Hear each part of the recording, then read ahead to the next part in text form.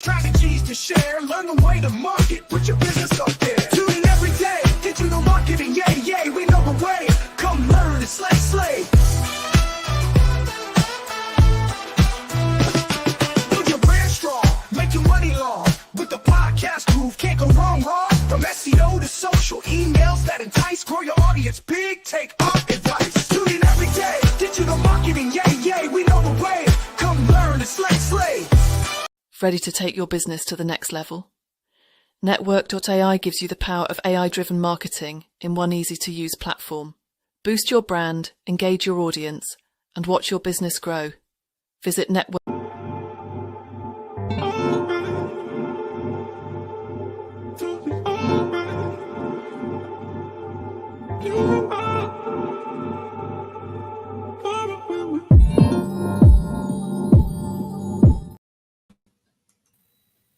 All right. Welcome back. Happy Tuesday. We're back. Digital Marketing Network. Jennifer J, Mickey Black. How's it going? It is going absolutely fabulous. Awesome. So we're back. It's Tuesday. We're talking about email. So you can never really talk about email too much. It's like one of the primary channels of what's happening. And today we're bringing it back again. I know we kind of touched on it a couple of times. With AI being integrated into workflows. We know we've got Go High Level now has ChatGPT integrated into the workflows. I know HubSpot and a lot of other folks are doing it as well. So wanted to kind of take a minute and really take a look at all the things that are possible when you now have AI integrated into the workflow. You can query the record, you can kind of see what that history is for that person and really integrate that into the correspondence flow. Wanted to see how that really works for a lot of the different segments out there. And I know we talked about it last time. Since then, Jen, have you thought anything about any different industries or different verticals that this could have use for? I know we talked about the events people that used it, but what other things can kind of be used to leverage this new tech? That is a great question. So for me, I think that all of the industries can use it. But when we think about industries, so let's just think about e-commerce. It's something we never even talked about. So e-commerce needs to leverage behaviors a lot, right? Because when people purchase, they have a purchasing behavior. But when they're looking through their emails, they kind of have a cadence, right? And so I like the softwares. Again, it's not in Go High Level yet, but that can tell you when that particular person is going to open the email. And then it'll wait and send at that time. So it's top of inbox. And that's all with AI. So I like that for e-commerce because it gets your product and your offer right in front of that person. I like it. And one of the things I think is really relevant that you mentioned is behaviors. And it occurred to me recently, as you know, I think we were talking about, I was doing this challenge and I was deep into the challenge doing Facebook ads. And that's how you actually target a lot of your audiences through their behaviors. And now that you mentioned behaviors, there's like life events or life stages that kind of factor into that behavior. Like say, for instance, when someone's anniversary is coming up, they might be shopping extra hard. And so taking into account those things that are behaviors. And in this instance, one of the things I thought about AI and segmentation was in reference to real estate agents. I know you do a lot of work with real estate agents. And I thought that as you have a record of your client, you know whether or not they've been pre-cleared for their financing, or if they have a preference for a certain neighborhood, you can start to plug all these preferences in. And then the AI would leverage those preferences when reaching out to an email. Like you could have the email automatically factor in whether or not they're pre-approved or they've Mhm. already been seeing things. What do you think about that? Yeah, I like that. I can so I can that's kind of creepy though. You said when they're pre-approved. I You think got pre-approved? that's an invasion of privacy. but nah, I got an automation for that. But I do like the different you mentioned like if you think about like a buyer or a seller or something like that. I do like that instance. Again, I'm gonna stick with that being when they open your emails. I'm gonna just stick with it for that because if we set it up right, we can have them complete the information, right? That's what you do when you're looking for a house. You put your information into a realtor so that that system can send you houses that fit your criteria, right? Being able to analyze which ones were opened and which ones weren't is good, but also sending it at a time that you know that they're actually looking at it, right? Hmm. So if it says like maybe the data shows that this particular person is always opening all of the emails at 7 p.m. and then it sends it at 7 p.m. So I like it for that. Um I don't know how well that's gonna sit with the scanning for the pre-approval. Now, for pre-approvals, I created automations that go between the broker and the agent to say, okay, click this person has been pre-approved, and then it shoots it off to the agent and the buyer, and then it connects back up with them. I think we gotta stay safe like that, Mickey. You invading people's privacy. Well, I'll leave it up to you to make sure everybody stays safe. But I'm just saying, it's a really interesting use case for the technology, and I think it could make a lot of the communications that more relevant, that more specific. So it really is useful. So I know a lot of the platforms that integrate the tech we've talked about. We talked about Go High Level. We even talked about Apollo.io. Have you ever used any of the other CRMs that integrate some of the this sort of technology? Yeah, man. So transparent entrepreneur situation. I couldn't sleep because I had a toothache. I woke up at 4 o'clock and I was playing with, dang it, I can't remember the name of the software, but it was generating. So I was able to pull a list and it was generating emails based on the person. So it was connect and it was all AI driven. So it was connected to what software did Apollo do that? I don't know. It was Apollo, Mickey. It was. It was. It's a section at the bottom that says emails.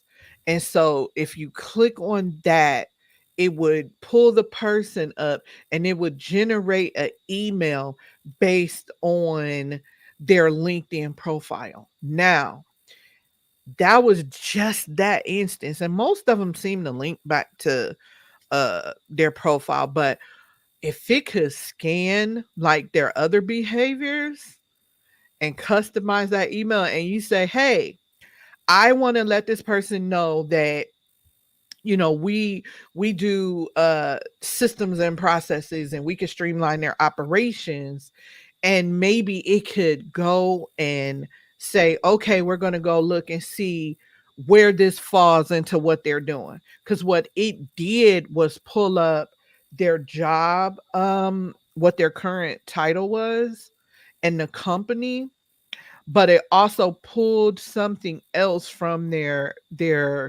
profile, and then it customized the whole entire message, and it gave you two options.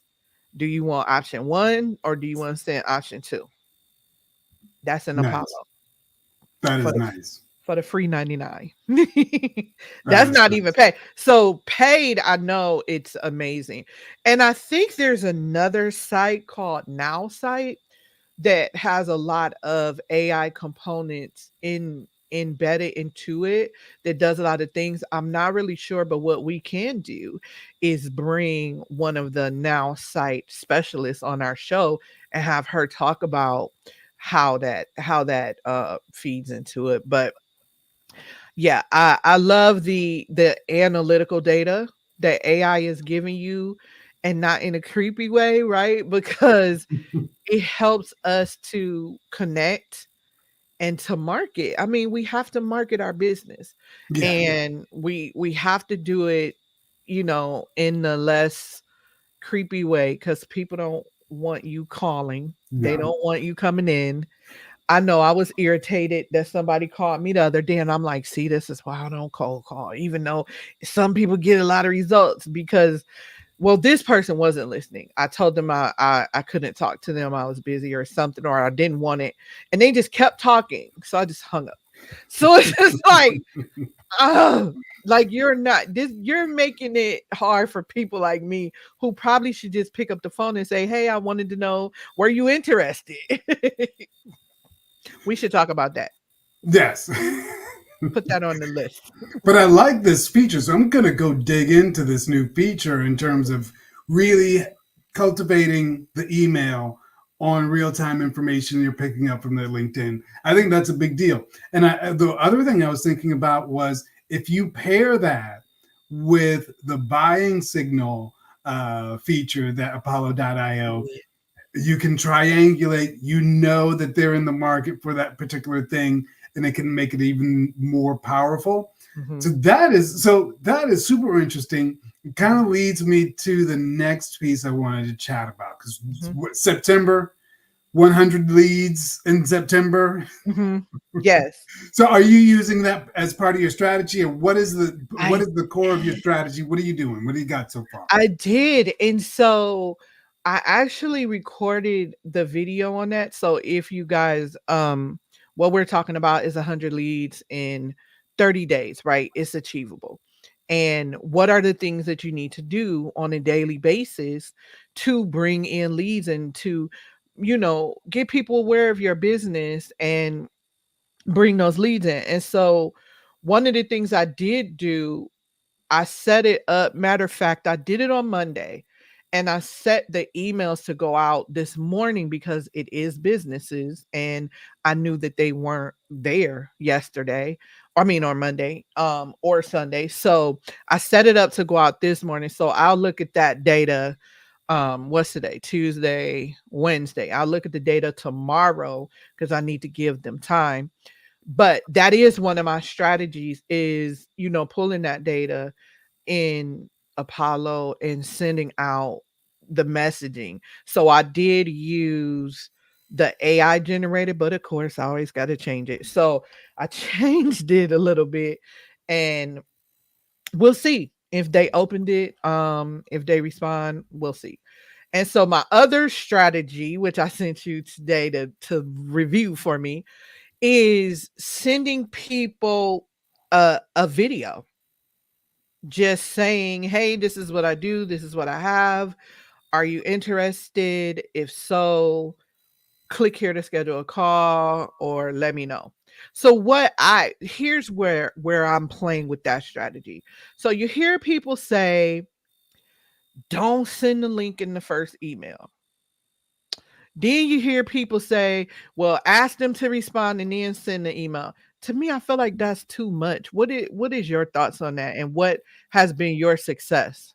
Um, it's interesting. So I think if people want it, they'll go after it.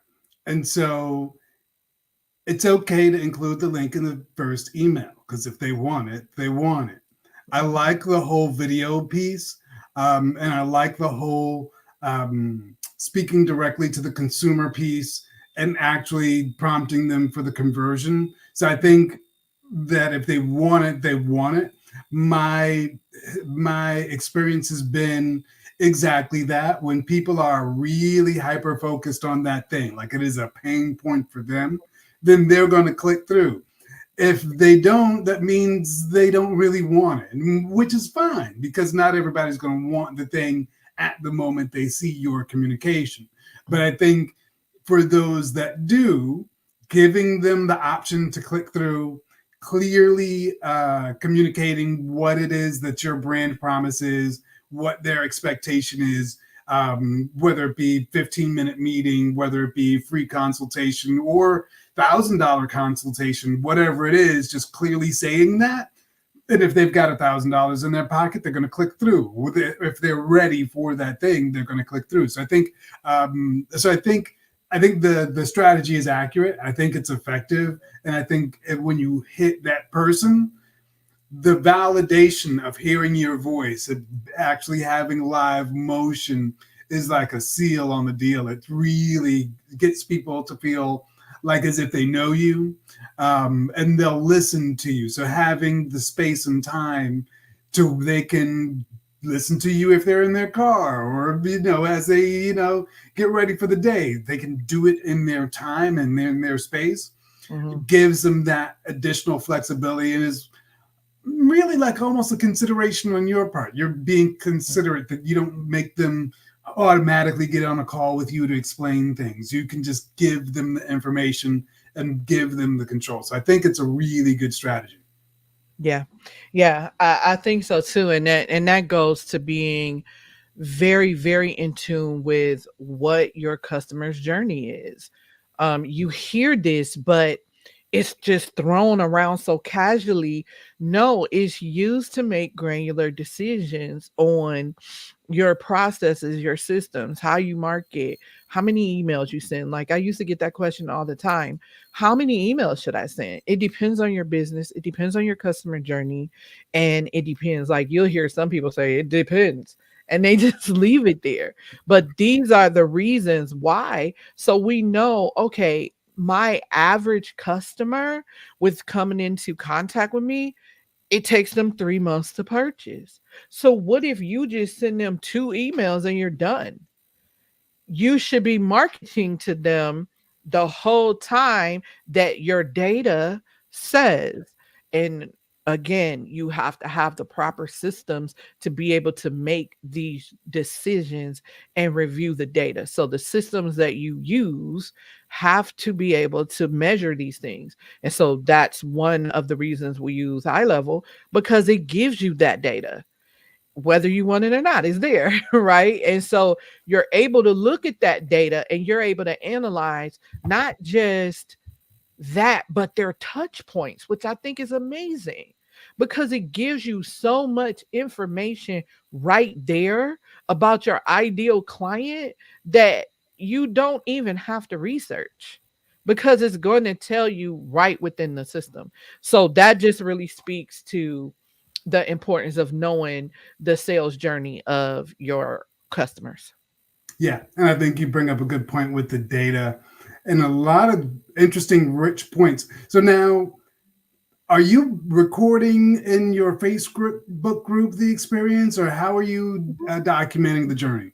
Yeah, so I'm recording and I also gave a Excel tracker, right? Where you could track how many leads you have per day. Um I'm tracking my activity and how many leads I'm getting from it, and then I drop it in a Facebook group. So it's probably about 4 videos in there so far, including the one I made at 4 in the morning. um but yeah, I'm tracking my journey and I am putting it right in the Facebook group. So What's the name of the group? the name of the group is Systems and Automation Mastery on Facebook. Boom, boom, awesome. And so now, when people join, Mhm. is it a private group or is it open to everybody? It's a private group. Okay. Um, it's a private group because I want you to be sure that this I just don't want anybody joining, right? I want to protect it because people get in there and start spamming.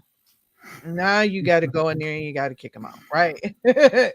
So I want to be able to have a group that we are really trying to do business and we are really trying to learn business strategies without the nuisance of you having these people in here trying to sell their product to you. Like, I don't want that. I don't want people getting random DMs and things like that. So I kind of protect I dig it. who comes in there. I get it. So now, what's the name of the group again? One more time for the It's people. called Systems and Automation Mastery. All right. Well, if you're on Facebook, check out the group and get your lead generation game on. Until then, we'll be back tomorrow, Wednesday. Until later, peace. And that's a wrap, fam. Thanks for tuning in to another fire episode of Digital Marketing Network. We hope you're leaving with some new tricks up your sleeve and a smile on your face. But don't just sit on this knowledge. Get to work. And if you're ready to level up and put your biz on autopilot, here's the play. Text the word systems to 470-517-7006. We'll hook you up with everything you need to automate your hustle and free up your time for the things that really matter, like figuring out where to spend all that extra cash. Stay sharp, stay hungry, and we'll catch you on the next one. Listen up now. Gotta tell you about a show, Digital Marketing Network with a secret flow. We got the tips, yo, strategies to share, learn the way to market. Put your